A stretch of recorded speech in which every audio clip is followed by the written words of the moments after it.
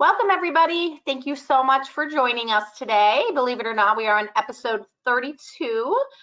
Today, we are going to do part 2 of our series of Women in Title. We did one last month with Cynthia Blair and Lisa Steele.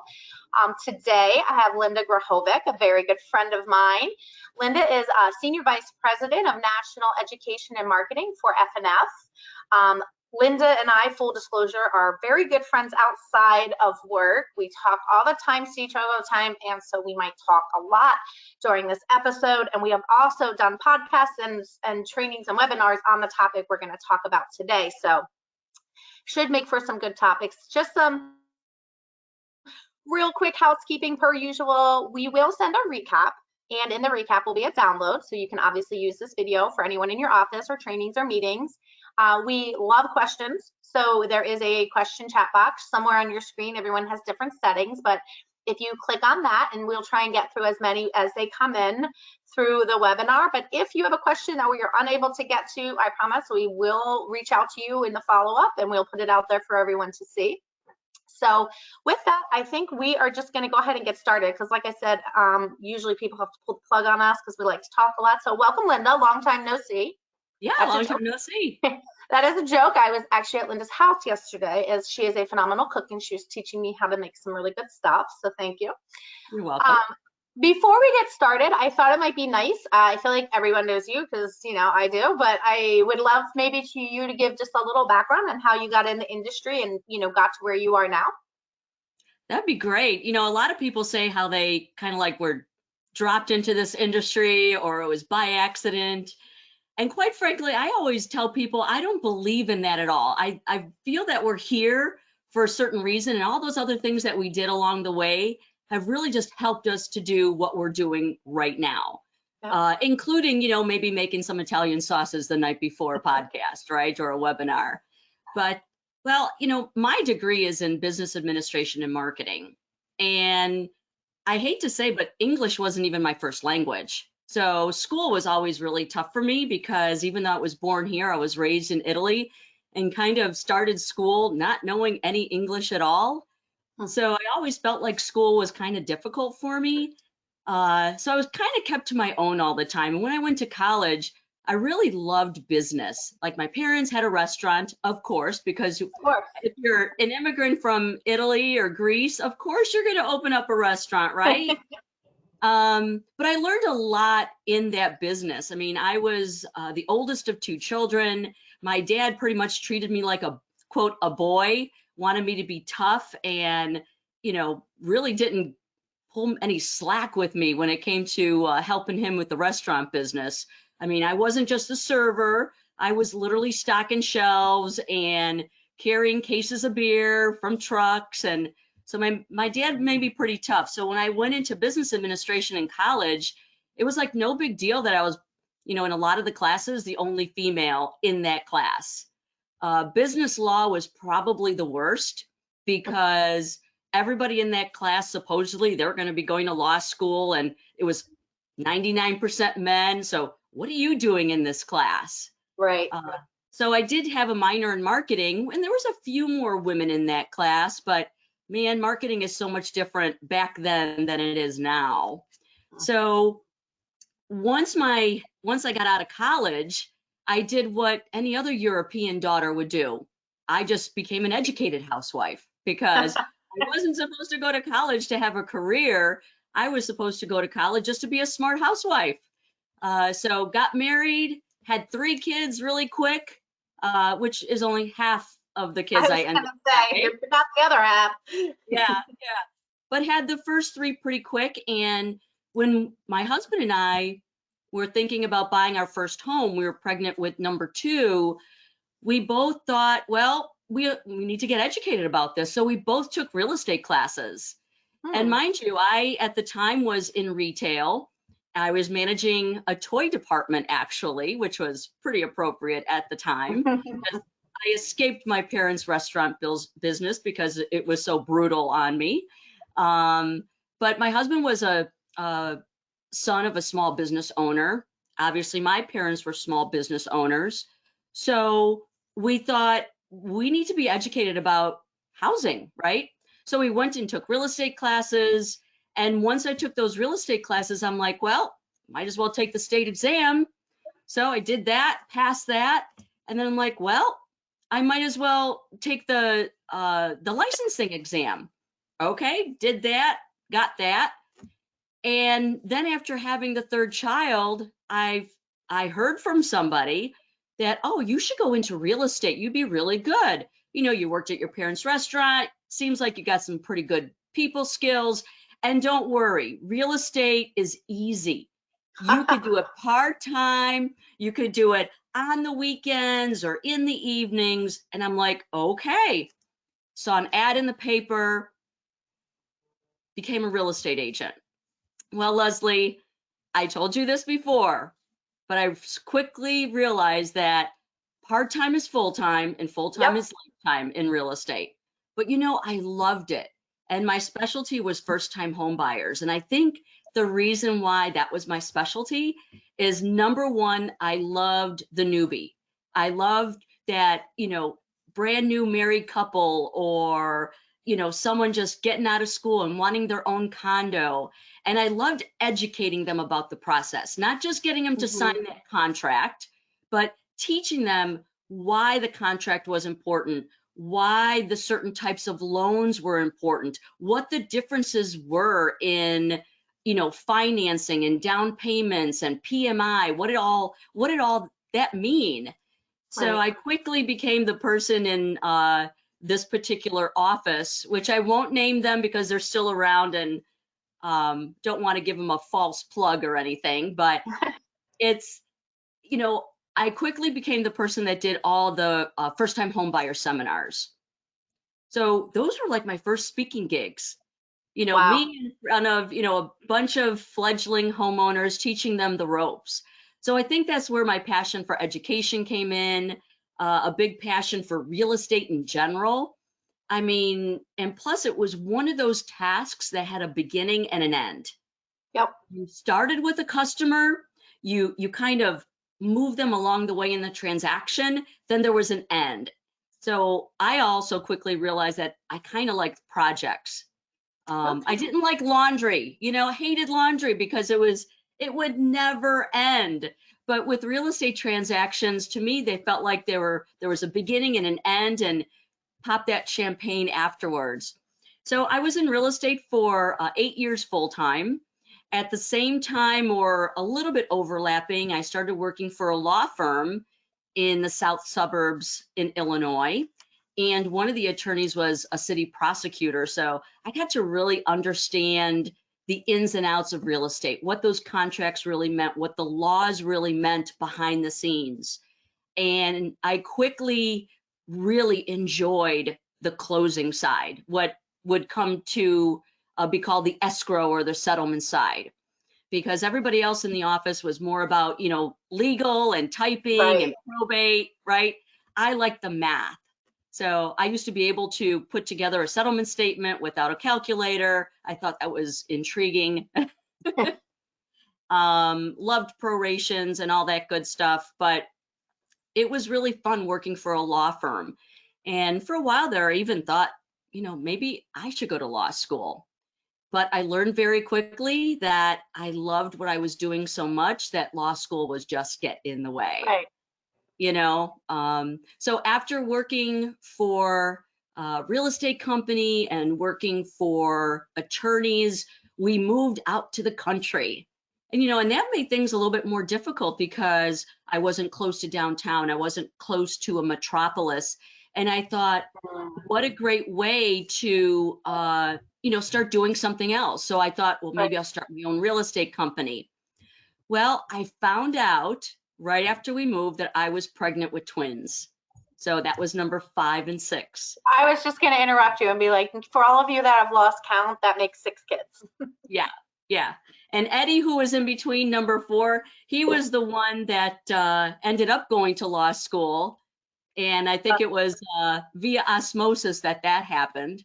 But after I found out I was having twins, I was thinking, oh, great, I'll never be able to go back to work, right? How can you manage 6 children ranging, you know, 11 years apart with kids in high school, kids in grade school, kids in preschool. How are you going to juggle that?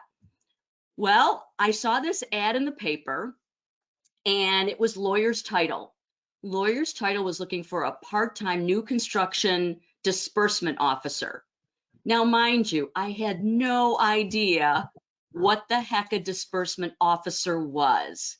All I knew is that Lawyer's Title, their rep used to come into our law firm all the time. And Okay. that particular rep would bring pens and notepads and post-it notes and, take my orders. And I'm like, oh, you know what? Working for a title company, how cool would that be? That kind of be like another seat at the table that I would like to take. Well, I quickly learned that title company is not about the tchotchkes, right? No. It is a lot more. But being in that new construction side was amazing. I started working part-time. I was on site in construction projects. Now, mind you, picture that. A pregnant Right. woman with twins, with her boots on construction sites, with all the men Of course. that wasn't afraid to be with, and learning sworn owner statements and waivers and construction law and tie-in endorsements and everything on the escrow side and title side. It was a great learning experience. And from that, that was, I will just tell you, my twins are 26 years old. So from there, it was great because I started to a lot more things on the title side and the escrow side. I started asking for more work. I started exploring new areas. Worked in the direct side for 8 years, and then I went to the agency side, which was amazing. I will tell you, there is such a big difference from working in a direct operation, and I'm not saying that's good or bad. It was what I preferred. Uh, it's very different. You go from working directly with the consumer to more B2B. Right. And when I was doing a lot of training at the time, whether it was sales training, marketing training, new construction training, new agent training, new to the business training, title agents were just more attentive. And I realize it's because they have a vested interest in their company, right? They are the owners, the managers. They have such a big stake in that company, where when you're working 9 to 5 for a large company, it doesn't have that tie-in. Even though you are a Right. shareholder of that company, it's just not the same. And I'm sure you see that on a day-to-day basis working with agents. So that's why I love being on this agency side. And that's why I kind of, excuse my French, but call bullshit on I just dropped into this industry and just Yeah. happened to come into it, because I think everything that we have done, from literally the degrees we have, even if they're not business, being moms, being multitaskers, being in different areas of the industry, have all prepared us to whatever we're doing right now. So we are in complete control of what we're doing now and what we want to do in the future. I couldn't agree more. Yeah, you have such an interesting story because so many people, knew somebody or had a family, and that's kind of how they talk about it, when really when you start talking to them you realize, like, well, no, maybe that's where you started your summers, but then you learned all the different aspects, and then in your particular case, you went, all different facets and different sides. I was on the closing side, and specifically in commercial closings before I went to SoftPro. Obviously, I've been with SoftPro for like a million years now, but it's same thing. It helps understand the different roles and where women can kind of come in and come out of the industry. So I wanted you to kind of tell your story because I thought it was so interesting that how you got to where you are and all the different hats. Including the fact, a mom of 6. I am a mom of 3, and my children are a little younger. Mine are 14, 12, and 10 right now. And Linda and I, we did a podcast recently for Linda, who, if you haven't listened to her FNF Unplugged, you should. There's some great ones in there. But we did one specifically on this topic, and I loved it so much, is why we're doing this as part 2 of our Women in Title. And ours really focused on why women are leaving the workforce, not just specifically title. I mean, we're going to talk a little bit about that, but also just the workforce in general. And we know a lot of it was pandemic driven, but a lot of things have reopened, and we're going to talk about all this. And there's a big struggle to get women back into the workforce. And like I mentioned, Linda did a session on this at All to One, and of course I was in there, and I was, gathering the information, and I just thought some of the stuff that you talked about there is real pertinent to what we could talk about today. But I was making a few notes as you were talking, and one of the things that I think is very interesting that you said, I became an educated housewife.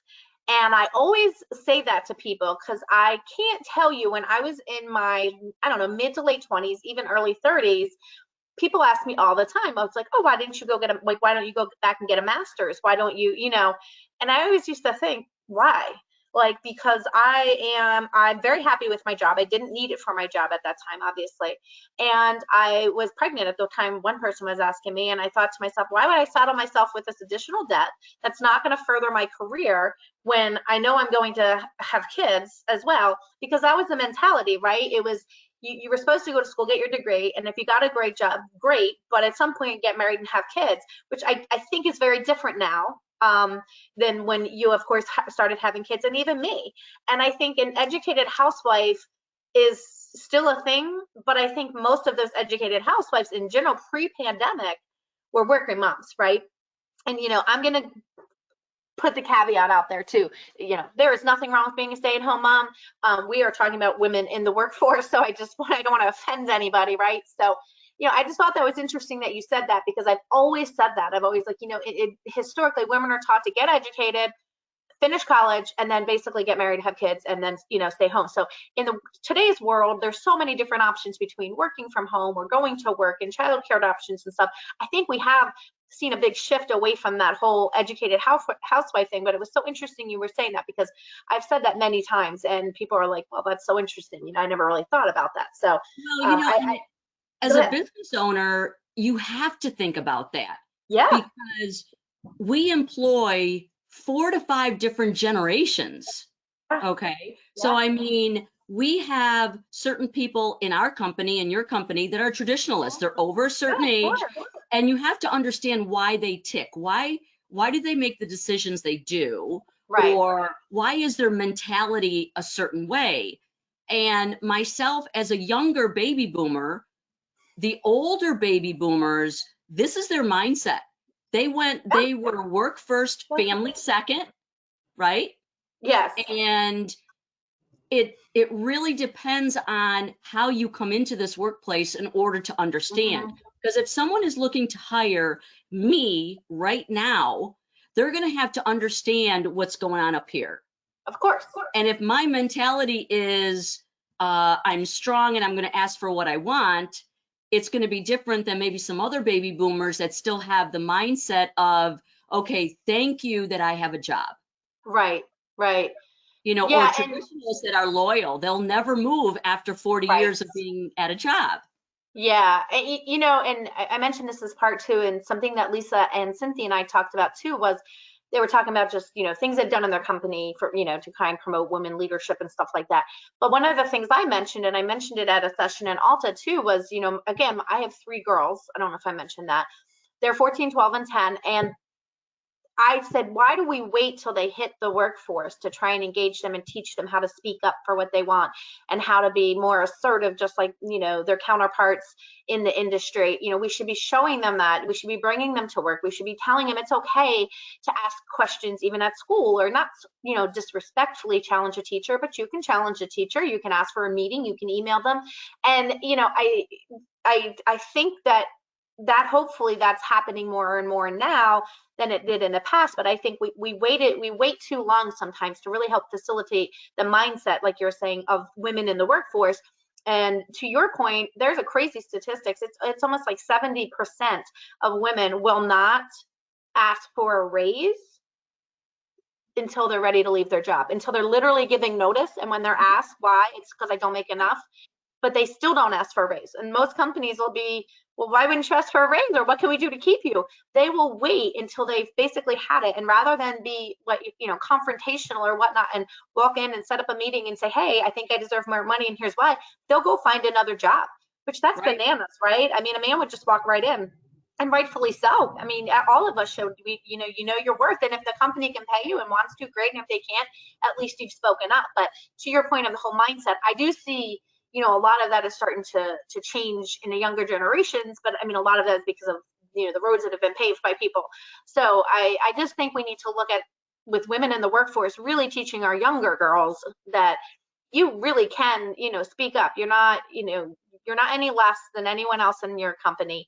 And so I think it's important just to know, like, don't wait till, okay, post college, you're going to work. Okay, now tell them they can do that. Really teach them when they're younger. Yeah, I can't disagree at all with that. I mean, men in general are proactive and women Right. are reactive. And that is something that either is spun into our DNA, Yeah. or it's because of who we were raised by. Like, of course, with myself having parents that were immigrants, they were grateful for whatever they had. And it was always the male that provided for the family. Right. And if mom had a job, that would be almost unheard of, but she was also secondary in any opinion. Yeah. So that's why the wife would never ask the husband for something, but the husband would ask everybody else for everything. Right. Right. And I'm not saying that's good or bad, but it's the way I was raised, and that's okay. My mom worked full time in the restaurant.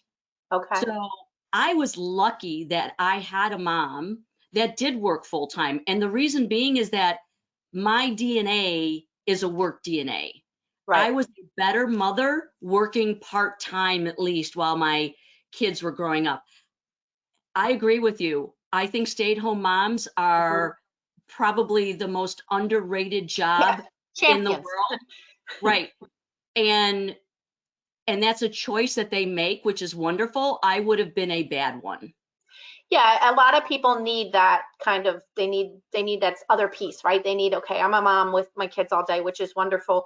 I've worked from home for 19 years now, so I've kind of been able to do both. But I loved working. I have the same DNA. I was raised the same way. If you want something, you work for it, which kind of leads me to, like, my first question for you is, we've seen this mass exodus, and we don't have to go in, I think, to the whole pandemic thing, because we all know that, but that's what caused it, right? Everybody had to shut down. Everybody had to stay home. And then suddenly, especially in our industry, everybody realized, like, wow, there's a large portion or percentage of our jobs that people don't have to be in a brick and mortar office. And in fact, they seem to be more efficient, and productivity is up, and they're working from home, which we were not generally an industry that, embraced that or accepted that. But I think for a lot of companies, they realized, 6, 7, 8 months in, and then even fast forward more when things are starting to open, saying, well, I really don't need this subset of employees to come back in the office, and they don't really want to. So they're trying to navigate, okay, but I do need these people back in because their role or their job requires that. So, there's always that piece, and there's always been that piece. But I think it's been interesting, and I think it was not women saying, I'm done working, I don't want to work anymore. I think what they realize is, like, wow, my quality of life and my work-life balance is so much better when I don't have to commute an hour in, an hour out, stay late at the office. I can, like, shut down at 5 o'clock, make dinner if I want to, or sit down to dinner with my family and kids, and I can log back on later and get stuff done. And I think that is a big piece of why a lot of women have not come back in. They have found a great balance working from home, and they want to keep that balance. So I'm interested to see your thoughts on that. Well, you're right. I mean, it is actually alarming at the rate that women are not coming back to the workplace. Right. And it has definitely a lot to do with the work-life balance, even though there were a lot of complaints in the beginning during the pandemic of, kind of being stuck in these four walls with my kids, and homeschooling. But after a balance was reached, Right. that quality of life increased. And plus there was, some other factors like that stimulus package that went out. And then a lot of people realizing that it's okay not to keep up with the Joneses anymore. Yeah, It's okay if I make a little bit less money and be in a smaller home, because I've learned to enjoy my home more now. Well, And and I like like what you're, this. Linda, to that also, you're right. And also not even just not keeping up with the Joneses, but when we were all like locked down in quarantine and Linda and I both live in the Chicago area and we were locked down, right? So you realize I don't need to go out and spend all this money and do all this. People learned to live without doing as much and they had all this family time and they enjoyed it. And to your point, they're realizing I can make a little less. I don't need to do all this and not only not keep up with the Joneses, I just don't need to do it. So, Yeah. you're definitely right with that. Yeah, and they're not spending money on, the proverbial business lunches Right, right. or uh, the water cooler contributions. Someone's son or daughter is in Scouts and they're selling this, or it's all Yeah. those little things kind of add up. Gas. The Gas, price of right? gas and Yeah. insurance and just the value of time. I mean, like you, I've been working remotely for about 12 years. Right. I would say 5 of those years, I may have gone into a formal office 1 or 2 days a week, but mainly I always had a home office, so I was kind Right. of used to it. But what is alarming is the rate that they're not coming back. I mean, if we continue on this rate of women not getting back in the workforce, it's going to take another 3 years to get back to where we were pre-pandemic. And quite frankly, that I'm worried about because our industry especially is Yep. 75, maybe 80% women, and we need to get their industry knowledge back. It's not that we don't want, other people to come in. Right. It's No, their for sure. industry knowledge. It's, if we lose a Leslie Wyatt, what happens to that 25 years? Yeah. If we lose a Linda Grahovec, what happens to that 25 years? We need to make sure that we continue in the workforce so we can be mentors to somebody else. We can be leaders to somebody else. We can help, the fledglings in their mid 20s to grow to love this real estate industry and all it has to offer. So as business owners, and even though I work for a large company, I'm very Mhm. mindful of the small business owner because that's where I grew up. I Yeah. grew up there. My They got those husband in grew the up title there. industry, right? Yeah, I mean, most of the title industry, we were just talking about like the whole, you mentioned like remote schooling and stuff. And I know the work-life balance we talked about and, being able to, take to soccer practice, pick up from volleyball, like those are life-changing things for people who have missed it. And then they spend 18 months doing it and they don't want to give that up. But I don't also, I don't want to overlook other people. Not everyone has kids, right? You and I've talked about right. this. There are other responsibilities people have. Some people are taking care of like their elderly parents. I mean, I know for some reason this might sound silly to some, but there's a whole pet aspect. A lot of people went out and got pets and their pets are used to being at home and they want to stay home with their pets. I mean, there's other reasons other than just children that people are staying home. There's the financial aspect, there's the time that we've talked about. Like I can't imagine commuting to, I mean, I go to the airport a lot, but it's very different. And but there are other reasons. There's, like I said, elderly parents, there's pets, there's extended family, there could be health reasons. And so for someone to be able to Spouse. stay, There could be yeah, medical reasons for your yeah, spouse. I mean, I don't have 6 kids living at home anymore. I right, just want to make that clear.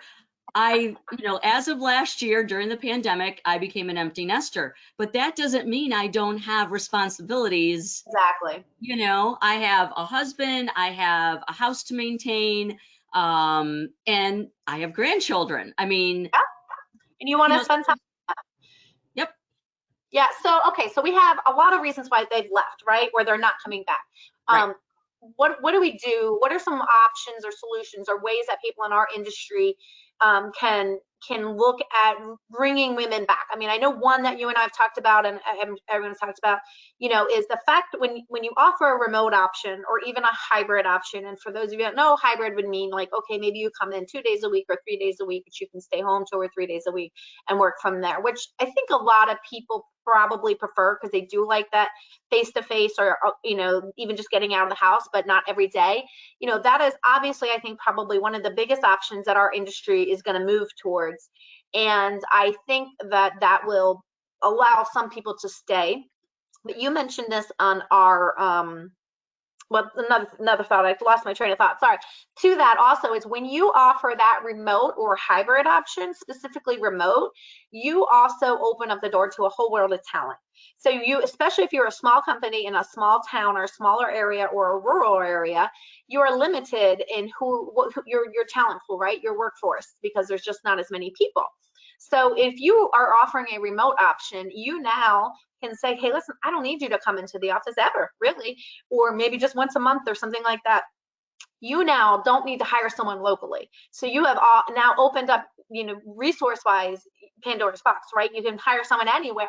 So that's a real added benefit to the employer, let alone the employee. So I just wanted to put that out there, that remote option really opens up the door on both sides, and it doesn't limit employers to, who they can pick and choose. Because right now, you can't pick and choose. The employee is the one picking and choosing right now, because there's more jobs than there are employees, and people just aren't going back to work in a lot of areas.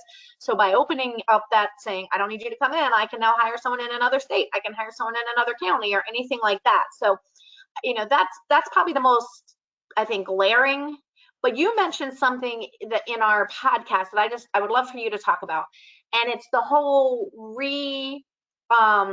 skills, like, reskilling somebody, meaning, okay, Susie used to have to come into the office every day. The role that she's in requires someone in the office at least part-time. She does not want to come back into the office all the time, but she's a wealth of knowledge. Like you said, we've had her for 10 years, 15 years. That doesn't mean you have to let Susie go, or Susie needs to go elsewhere. Linda's going to talk about it here, but you can reskill them. You can re-educate them. So go ahead and talk about that, because I thought that was really a smart thing you talked about last time. Yeah, and you would think it's an easy thing to talk about, but Right. let's set the table right for that, because first off, as a small business owner or even corporate leadership, you have to actually realize that there's an issue, okay? You have to analyze, has there been a shift, whether it be physically or even psychologically or mentally with your workforce? Who hasn't come back? Why haven't they come back? You're not able to see frown faces in the office anymore, because you're not passing by their office.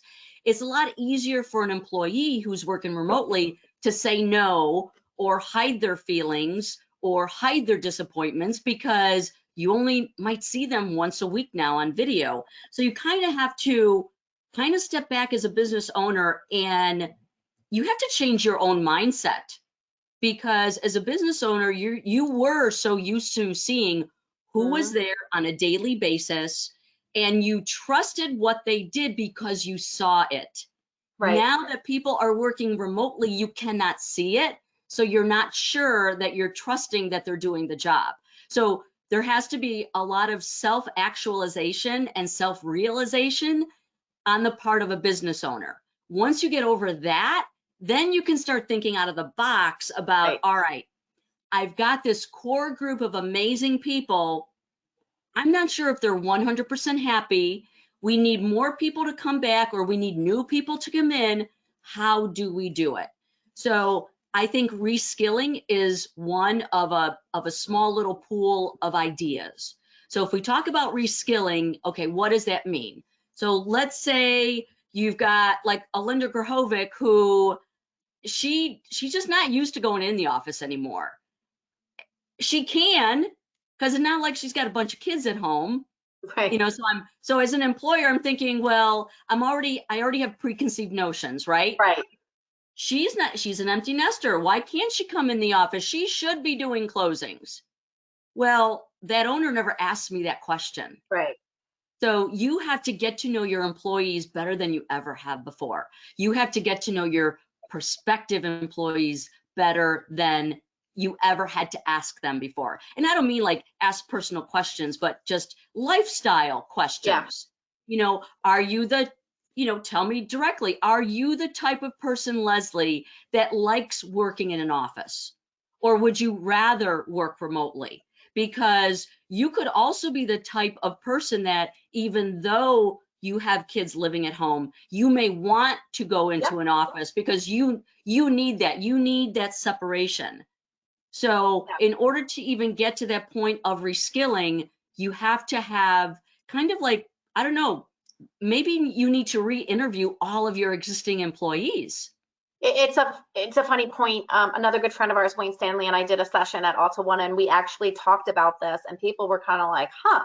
And we said, in today's world, it's not a one size fits all anymore. You know, all the way from the job description to the benefits to pay to, you know, perks.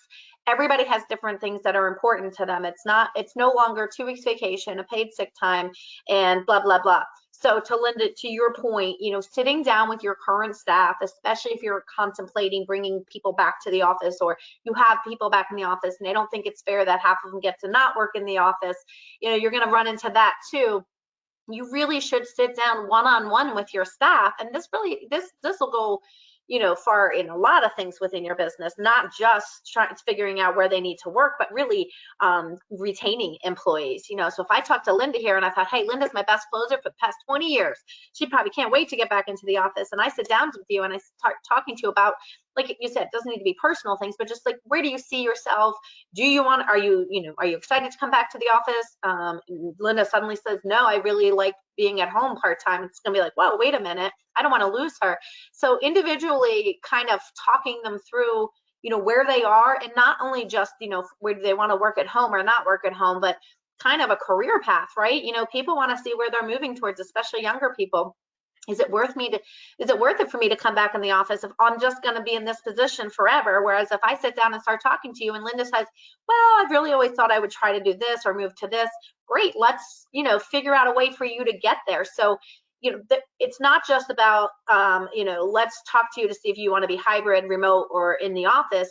Having those one-on-one conversations with your staff, and this could be at a manager level, meaning if you're a larger company, managers could do it and then report back. If it's a smaller company, you know, the owner, whomever, could do it. But finding out specifically, you might find, you know, Betty might just say, nope, love it, I'm back 5 days a week, I don't want to do anything else, I want to close till I retire, or I want to break commitments till I retire. Great. Then you know, Susie comes in and says, yeah, I mean, I'm really hoping to get to here, and then work my way up to escrow manager. Fantastic. Let's, you know, map that out and, you know, figure out what you have to do to get there, and also what your schedule will be and what you'll be doing from home or not home. I don't think our industry has ever done anything like that, but people coming into our industry and women coming back into the workforce, they want a map. They want a career path, right? And it's okay if they're happy where they are, great. But if they're not, you don't want to lose them. You want to figure out a way to keep them by making that career path and working with them to achieve it, which might mean mentorship, might mean leadership classes, might mean nothing. You might have everything in place, but, you know, I think your point of talking individually to each person is spot on. It's key. I mean, you need to, let's face it, a lot of title businesses are family businesses, right? And I don't care how much you think you know your family, you don't know them well enough. And you don't have those conversations with them. And to your point about retaining and recruiting talent, you have to have those discussions about, or honest discussions about, lifestyle and education, because people coming into our industry right now are looking for completely different things than that other generation or past generations have. You know, I'm thinking of all of my children are millennials. So I hate putting them all into that bucket, because there's a big difference between the older millennials and the younger millennials. But there's one thing in common. They do want a greater purpose. They want to make sure that their employer is tuned in with not only their professional development, but their personal development. So if you never have these kind of honest lifestyle discussions with them, you will never know what those are. And I think because I have so much education in what I do, so much of a training background, I just automatically talk about skills and, you know, and try to get that other person to tell me, okay, you tell me, what are your skills that you think you are fantastic at, and which ones are you not good at? But then again, which ones are you not good at that you want to become good at? So that's a really good way of finding out what someone's trajectory is in the company. Sure. And I Yeah, think a lot of people will be surprised at what people's answers are, right? You might have an Excel report guru right under your nose and just never knew it because their job doesn't, require it, but it's a skill and a tool you could definitely use and maybe put them elsewhere. So, the conversations will be enlightening. I can promise you that. I, I'm wondering, just in the time that we have left, because I want to, we know why people have left. We know it's hard time coming back. I know we talked briefly with a new trend, and you can talk about it, Linda, is not only women not coming back into the workforce just from working from home and the whole pandemic and everything like that, but we're seeing a trend where women are not coming back from maternity leave. correct. And, before people would come back from maternity leave, and it's a personal choice. That's not what we're talking about, whether you come back or not. We're just saying right now the trend is more women that would normally have gone out on maternity leave and then come back to their job roles are choosing to not come back into the workforce at all. And I was just wondering if you wanted to talk about that for a second. I'm really glad you brought that up because I have really been seeing that trend, whether it's a small company, even a family company, or a large corporation. Now, let's get into the mind of an employee who's pregnant, okay? Right, And I know it's going to be hard for, the men in the audience to do that, but as a pregnant mother, and even whether you're having your first child or your sixth or set of twins, yeah, you really don't know what you don't know. right, So in your mind, you're thinking, oh, okay, 6 weeks at home, that's my maternity leave. Oh yeah, I'm going to be ready to go back to work. This is what's going to happen. But that's not happening right now. I right, think in older generations, like 40s, 50s, 60s, when those groups were having babies, it was the norm. You had to go back to work. There was a financial responsibility to the family, but now there isn't that financial that well, there might be a financial need, but right, not that greater financial need anymore. So they've got that wiggle room because they have been saving money over the past 18 right, months, 18 months to 2 years. So now it's getting to that fourth week, fifth week, and sixth week when that mom is supposed to be coming back, whether she's a title side job, whether she is an escrow side job, customer facing, or even a remote job. There's hesitancy. Number one, that or at least the number one response I've been getting in some of the research that we've been doing is that, all right, mom comes back from maternity leave, and this is different for dads versus moms, like a dad's paternity leave. They don't want to be on the front lines, right. meaning the escrow side, because what if they bring some Yep, health concern back to the house? Okay. So the type of job they have, they're not sure that it's going to be healthy for their family right, because now they have family under the age of vaccination age, and they're worried to bring something home. And those are things we never thought no, about, right? never. Even at the beginning of the pandemic. Yeah, Also, now that they have been home, whether this was their first pregnancy or their third, it's a different dynamic at home. So I've seen a lot of additional maternity leave, non-paid. So people are coming back 10 weeks after, 12 weeks right, after, even 16 weeks after.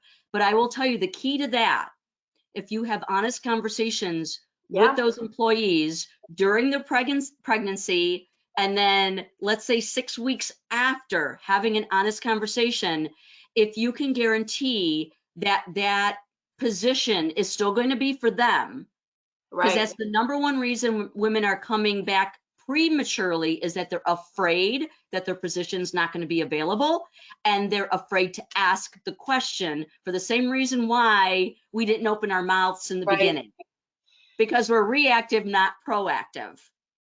Yeah, and I think another trend with the whole maternity thing that we've seen is also there's a lot of jobs out there. So there's not this huge, as big as a normal concern of saying, okay, you know what, financially, we're okay for me to stay home for the first 6 months and I want to. And if I can't go back to my company, that's okay, because so many people are looking for help in roles that they just can't find people for. So they're kind of in the driver's seat, where before companies or employers maybe were in the driver's seat, right? So if they're willing to take the risk of not going back to their own company, which I think a lot of them are at this point, they're saying, I want to stay home for a little bit longer. And to Linda's point, having that conversation before this all happens, you can work something out, or even, maybe they could, gradually come back by working at home part-time, like a hybrid type thing, even hours wise, not just remote or in office. But a big trend that we've seen is, when people aren't getting the situation that they are hoping for in the past, they would think twice about leaving. Now it's okay, because there's 15 people hiring down the street. So as an and employer, they're hiring for more money. yeah, and so as an employer, you really have to think, okay, what's worth it? Because I have someone who knows our office, I have someone who knows our procedures, I have someone who knows the industry. I need to maybe think outside the box how to keep them, and kind of talk to them and figure out a way. Okay, maybe we can even job share. We have 2 new moms in the office. So you really just have to start thinking, okay, people aren't lining up to go back to any job really right now. It is a employee market, and so if you are not willing to even talk or hear people, you're going to get the short end of the stick, and you're going to find yourself short staffed if you aren't already. And like we said, 75% of the title industry is women. So not talking to these women, not figuring a way to accommodate some of their needs and wants. And we're not talking about outrageous, incomes and salaries or time off.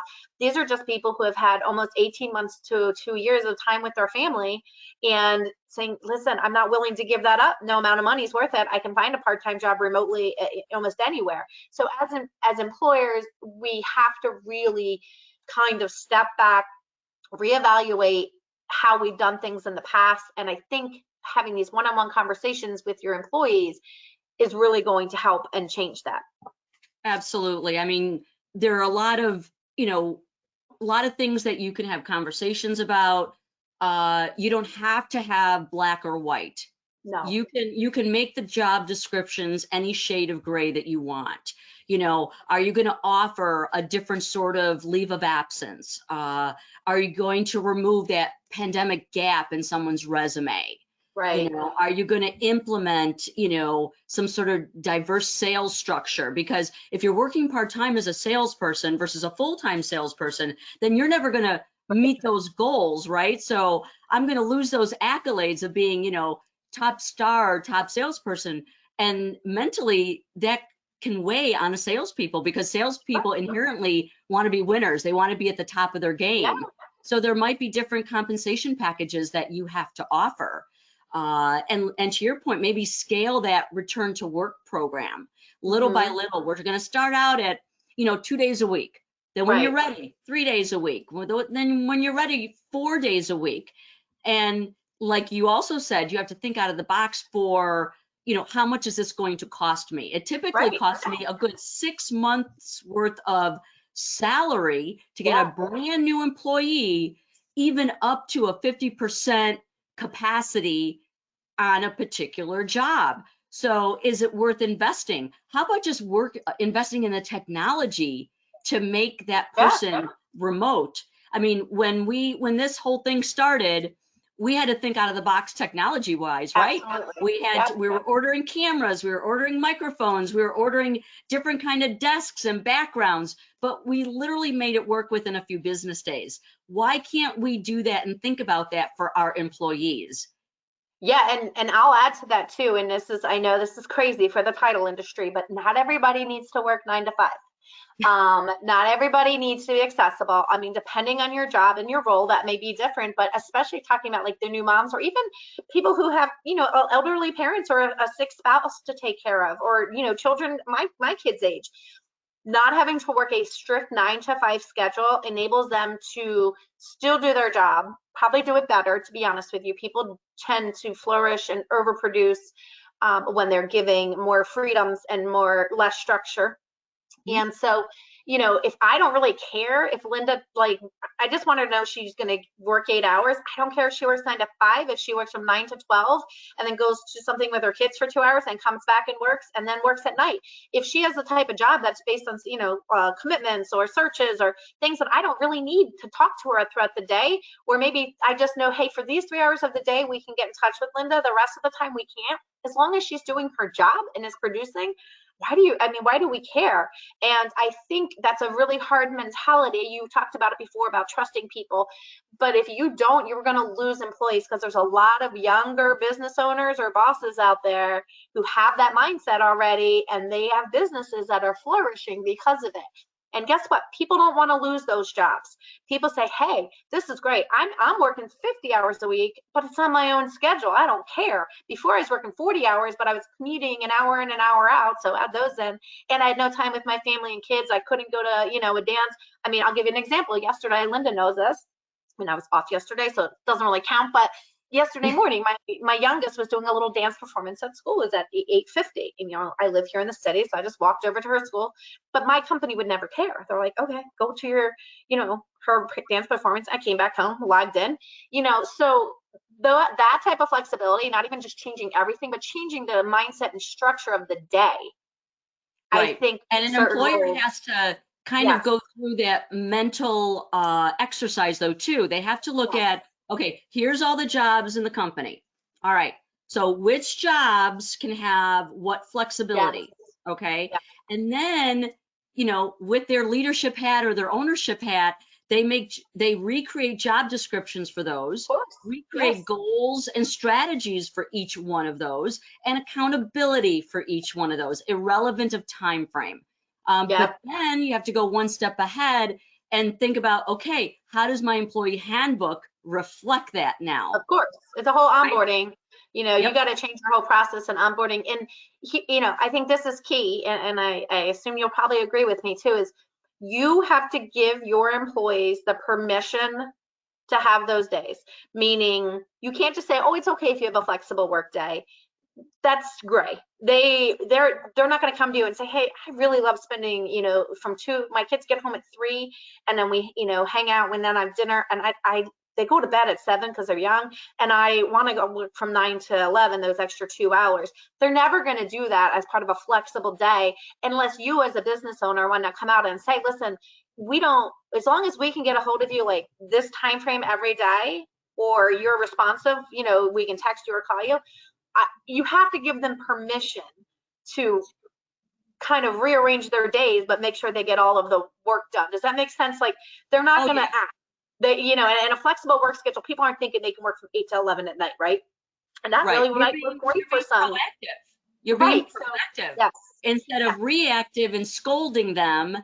that they should have been somewhere. So if you're proactive in setting up the day, and like you said, I don't care about what the No, personal reason is. I don't need to know no. about your kids' Mm-mm. dance and all that other kind of stuff. Just tell me my work hours are going to be best from Yep. 11 to 7 Yeah. or 12 to 8.